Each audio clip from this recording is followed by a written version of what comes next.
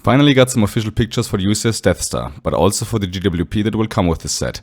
And yeah, it's sad, but it looks absolutely horrendous. I will also make a full video about the pictures that we got for the UCS Death Star, but this video I will only focus on the UCS Death Star GWP. So definitely stay tuned for that, as it will come relatively soon. If you don't want to miss this, feel free to subscribe to not only support the channel, but also to get a notification as soon as the video pops up. But now, let's get back to the main topic. And of course, I'm speaking of set number 40771, TIE Fighter with Imperial Hangar rack.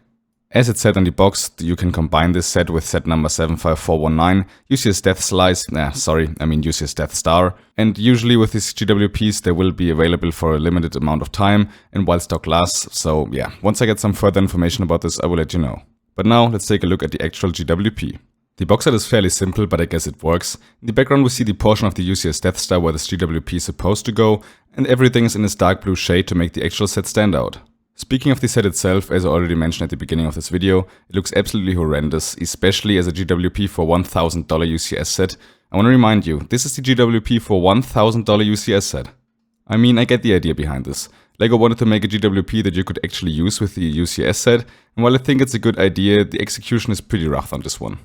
I think the biggest problem with this is that it reminds me of the 4+ TIE Fighter from 2019, which absolutely shouldn't be the case for a GWP with a set that costs this much. And overall I just think the build for the TIE Fighter is pretty ugly and has a lot of room for improvement. But now let's take a look at what you actually get with this set.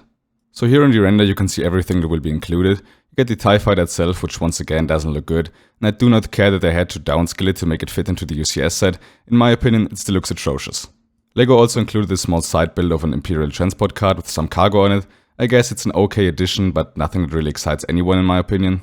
And there's also this rack which can be added into the hangar on the Death Star build itself. It looks okay and it probably will look pretty cool to have the TIE Fighter hanging in there, but this ain't my problem. My problem is mainly the look of the TIE Fighter. Taking a quick look at the figures, you're getting 2 more regular Stormtroopers, which I guess makes sense, and you're also getting a TIE Fighter pilot so someone can actually fly this ugly thing. Overall it's a solid but yeah, pretty boring minifigure selection. What I also think is pretty sad and also cheap on LEGO's side is that the pilot doesn't even have arm prints in this set. They already gave a pilot arm printing in the UCS TIE Interceptor, which is also still on shelves, but they somehow can't do it in the GWP for the most expensive LEGO Star Wars set.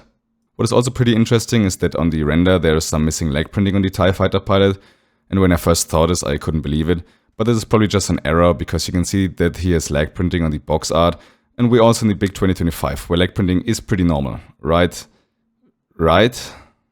But yeah, these were my quick thoughts on the GWP for the UCS Death Star. I'm very interested to hear your thoughts about this one, so definitely let me know down in the comments below. If you ask me, you're not really missing out on much if you're not gonna buy the UCS Death Star day 1, but yeah, this is just my point of view.